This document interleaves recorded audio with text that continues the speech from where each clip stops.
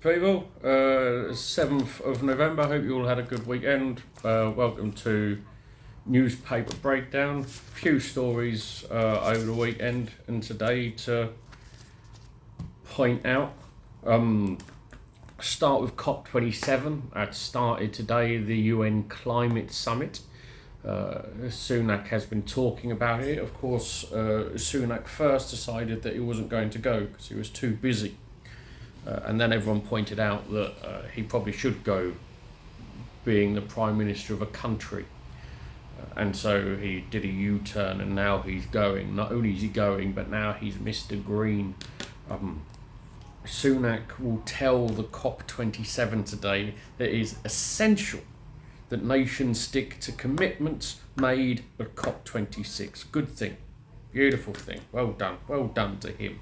I mean, the first thing he did do as Prime Minister, or one of the first, I don't think it was like an absolute top, but one of the first things he did was demote the Climate Minister, so they could not, they no longer had the right to attend Cabinet. That was a fantastic start for his green credentials, strong on climate, isn't he? There's also been an assessment by the Carbon Brief, which is a UK website covering climate science, climate policy, energy policy. They've come out and suggested that the UK, the US, Canada and Australia have fallen billions of dollars short of their fair share of the climate funding for developed countries. Rich countries pledged $100 billion by 2020. That target was missed and it was short by billions. The UK was at least $1 billion short themselves, and the US was meant to put in 40 billion and ended up closer to 8 billion. It's a massive hole. What the money does is it builds trust, because you've got a lot of developing countries. They do not have the money, and this thing, it's because of the likes of ourselves, America, France, Germany, all of the so-called developed nations. We've already gone through all of the stuff, all of the revolutions, like the Industrial Revolution and whatnot, that all these developing countries need to go through. Because they have to skip it, and what we need is the money for them to be able to skip it, because it's very difficult to tell the likes of China in even the early 2000s or India and say, well, no, you're using too much carbon. I mean, you went through all of this and did the exact same thing that we did. You just did it 150 years ago, when no one even cared about, even close to caring about the climate. So the amount that you pumped in, the amount of damage that you did, the amount of smog you created, but we're not allowed to. So there's nothing fair in that aspect. And so what the money does is it does help to build trust, which is needed going forward. Countries, these developing countries are in a life or death situation at the moment, because there are particular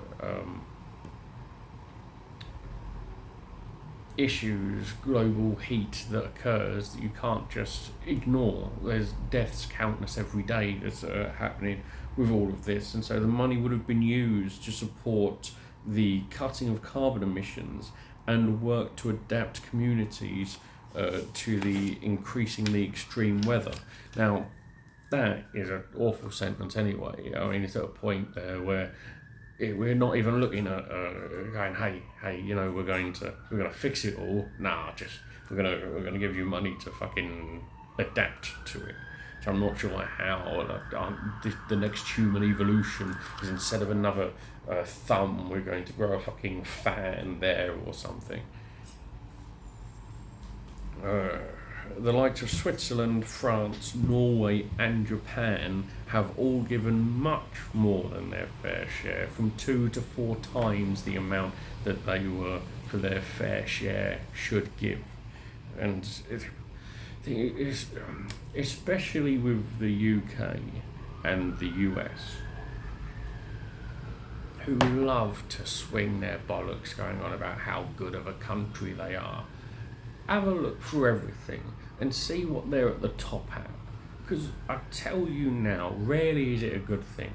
Yet we have our leaders all bending over, oh, we are fantastic, we are great. In America, you chant America, you can chant an entire, and wherever you are, start chanting USA and you'll get people going with you, which is some form of mental breakdown, I assume, like some fucking Stockholm syndrome.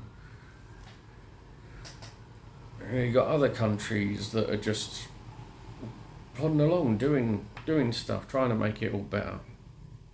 On potentially better news for the climate, Brazil, Indonesia, and the Democratic Republic of Congo, which is the 3 biggest tropical rainforests in the world, are in talks for a strategic alliance to coordinate their conservation, which is a very, very, very, very, very good thing. Maybe other people have new ideas, more people all in together, kind of like an OPEC for rainforests, which will be good. Scientists have warned that the Amazon is dangerously close to tipping point after years of deforestation. Lula, who is the Brazilian president, has pledged to fight deforestation. Colombia has proposed creating an Amazon block at COP27, and Norway's environmental minister is moving to reinstate the $1 billion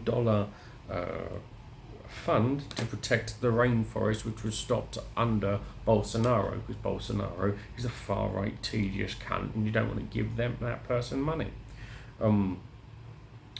Brazil, Indonesia, and the Dominican Republic of Congo, fucking Democratic Republic of Congo, have 52% of the remaining primary tropical forests. So remarkably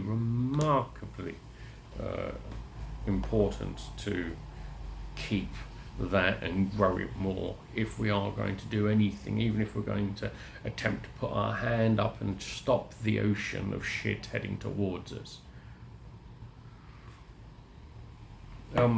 The alliance could help with joint proposals on carbon markets and financing, which has been a sticking point in discussions at the UN. So having those 3 together, all on the same side, all working together to move forward, could be fantastic. Brazilian President Lula has also suggested that going forward, the likes of Peru and Colombia could also be brought in to this deal with Indonesia and the DRC. It's a good thing. That's what you need. People actually getting together and taking it seriously. It's what you want. And people will come out and say, oh, that's Lula. That's why you need a lefty. That is why you need a lefty. Without taking into account the amount of work that Lula has put in to make sure that companies back him and everything else, because he's not a fucking idiot. He understands you can't change everything all at once. Palate cleanser news. Elon Musk is going to ban any parody accounts on Twitter that do not have parody in their name, because he's a big fucking baby. He also, of course, he cares so much about free speech and whatnot. None of them do. None of these right-wing little tedious bollock wankers who go on and talk about free speech actually care about it. They don't. They just don't want any consequences to their own actions. But if you do something they dislike, they will drop you like a fucking rock. So the plans for the high-speed railway line between up north that will connect all of the major northern cities has been ripped apart again amid even more spending cuts. This is the proposal for a full northern powerhouse rail that has been scrapped just weeks after it was reinstated. This was ditched by Sunak and Hunt to plug the £50 billion hole that we've currently got in our finances because of Tory rule. We're moving forward with HS2, and you may think differently. I've always been against HS2 because I think it's a pointless thing. I think if you want to help grow the economy, what you require is the Northern Powerhouse Rail. Connect all of the North together, make it easier for them to all travel to each other, make sure you've got rail that works for better connections to everything. That will significantly help bring in money and grow an economy. Easy. And this is the thing, you got them wanting to plug the hole, and at no point will they do anything to suggest that we grow the economy by putting money into it like you would do with anything else, absolutely anything else. But making sure that the North is connected will help grow the North together. So this continuation of putting London against the rest of against the North and trying to compare the two won't need to happen, because the North itself will be able to bring in more money, bring in more financing, get more jobs, create so much more everything, beauty, fucking everything, if there was actual care in the North. But there isn't. The government doesn't give a damn about the North. Levelling up northern powerhouses. When it was Cameron as the Prime Minister, and they wanted to put the Northern Powerhouse, and that's what they were all talking about. This was before levelling up, but it's the same bollocks. They ended up moving the central hub of the Northern Powerhouse from Sheffield to London. None of them care. I don't. There are calls for an investigation into the reappointment of Gavin Williamson over new bullying allegations. This is actually better than the previous allegations for leaking secret information that he got sacked for last time, so potentially he's improving as a person. Williamson allegedly sent abusive texts to an ex-chief whip complaining that he didn't get invited to the Queen's funeral, saying it was for political reasons. Now you can see all of these on Twitter, all of the text messages, the alleged text messages, of course. You've got, he comes across as a dick, but, look at him. That's not surprising. It would be like fucking looking at Mr. Blobby and say, look at him, he causes chaos. Really, he looks so calm. Oliver Dowden, who is a Tory MP, couldn't deny that Sunak knew about allegations before reappointing him, which suggests that Sunak knew exactly what was going on, knew that there were bullying allegations over Gavin Williamson, reappointed him anyway. This follows on from a couple of years ago with Priti Patel, when she was proven that she was a bully and was kept in place by Boris Johnson at a point where his then ethics advisor resigned. And so there's obviously something with regards to Tories and bullying that in the workplace doesn't mean as much to them. Or they would just protect themselves with people who will stand next to them and take a bullet. An information campaign by the teaching unions means that from April, parents will be able to view precise level of budget cuts hitting state schools. These are planned cuts across England and Wales, and they will be available for parents, with them now being able to see figures detailing cuts per pupil. And in the past, the site that they'll be able to view this on was only backdated. So you could only see previous, but from April going forward, you're going to be able to see the cuts in real time going forward. So you'll be able to see the cuts from the following year. 9 out of 10 schools in England expect to be out of money by the next school year. One of the stories that hasn't really been spoken about much is education. The continual cuts that have been happening over the years that has decimated our education systems in this country. Years ago,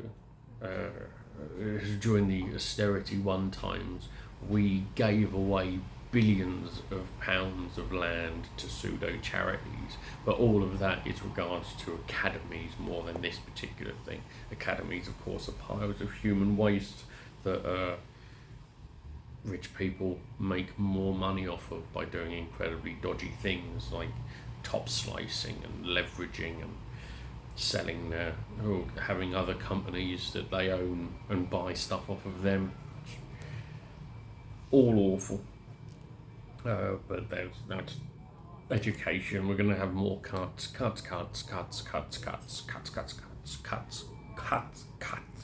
constant, forever. In a day, there's going to be cuts and more cuts and cuts. At this point, it's going to get to a point where we're going to start using whatever instrument they used to cut the fucking atom.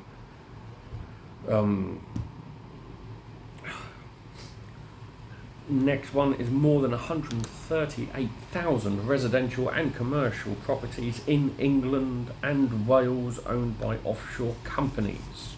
The holdings in London are considered to be worth around £55 billion. So the government has begun a crackdown into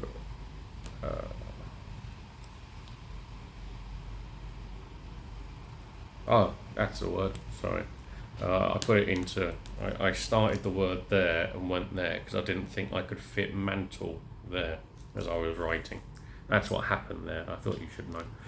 So government begins crackdown on to dismantle the secrecy of offshore ownership used by corrupt elites laundering money through UK property. It's about time. This has been something that's been going on for countless years, but it's been getting more ahead of steam after Russia decided to invade Ukraine. So these are under new rules. Overseas entities that own UK property must register with Companies House and provide details of true beneficiary by the 31st of January 2023.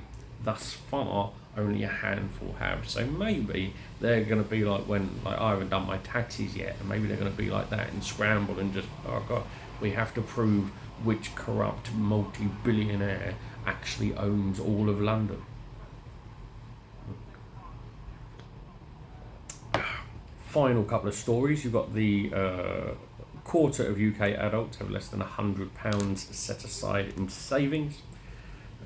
This has left a lack of a safety net, which means potential more borrowing, which is just an Ouroboros of shit continuing, just more anxiety, more stress, everything. Is why the difference between the rich and the poor is so big, because if you're poor, you can't save anything, you don't have anything to save, and even the people who are maybe earning enough every month to live aren't able to save anything. So although they potentially are living comfortably, they're only one bad month away from everything dropping and them getting into a hole. It's not a way to live, it's a way to survive, isn't it? Millions in the US are working 2 or more jobs in an attempt to earn enough to live or to survive. Global inflation, corporations putting up prices, rent increases, all of this, and of course the US, like a lot of the Western world, doesn't give a single flying fuck about their poor people. Our final bit of news is that the Bill of Rights is going to be coming back to Parliament. The only good thing Liz Truss did when she got into power was to chuck the Bill of Rights. The Bill of Rights is something that Dominic Raab, who is our Justice Secretary and shouldn't be, he's going to be bringing back. He's a big fan of it. The Bill of Rights is something to replace the human rights. And you notice that with a Bill of Rights, what's missing there is human. There are major aspects to the Bill of Rights, but the main point is that it weakens our human rights, as the European Court of Human Rights interpretations will be the ceiling, and there is no bottom. So the UK court will not be able to interpret anything better. So if the European Court of Human Rights has said, right, this is how we see it, then the best that the UK court can do is that. But what they can also do is anything under there. So yeah, slavery's bad. European court, right? But how about they're allowed to do all of that, but they're just not allowed to go up, which means we cannot progress. We would never be able to progress if this comes in, because it stops at top. It's a glass ceiling, but for human rights. It will make it much easier to deport people, as they will have to prove they or a child will come to extreme harm if they are sent back, and it has to be extreme harm. So you have to prove, and then once again, extreme is whatever they determine, whatever the government determines as extreme, you have to prove it. So potentially, it may not be, but potentially going to prison is an extreme. Being slapped is an extreme. Being murdered, potentially extreme. Public bodies do not have to go out of their way to prevent human rights abuses, so the courts will not be able to force positive obligations onto public bodies. So you do not have to safeguard our rights, and it's.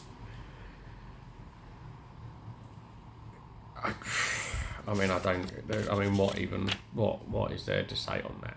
What is there to say? If the Bill of Rights comes in, that's one of the parts of the Bill of Rights. You cannot force people to protect people's rights. People do not have to protect other people's rights. Companies do not have to protect human rights. It's fucking madness. Free speech will not be an argument for defending oneself in criminal convictions. Once again, and I've made this point a million times, you will never see a pro-free speech, right-wing, tedious, whiny cunt, cancel culture, woke wanker talk about this, because they don't actually care and they're all stupid. Parliament must be given greatest possible weight in decisions and can dictate how courts should interpret human rights. Also, people will have to get permission from the courts before bringing proceedings against a public authority. So you will not be able to sue the government if the government does something wrong, unless the courts grant that permission.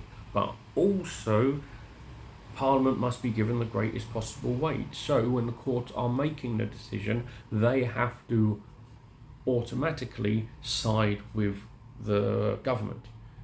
And so something drastic has to happen. You're going to have to pull out rabbits from holes to be able to get the court to say, yeah, you can go and sue the government. And finally, not as important, but I do think disgusting,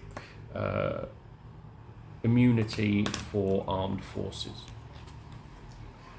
Which you should never have to give immunity to someone unless they've done something wrong. You never see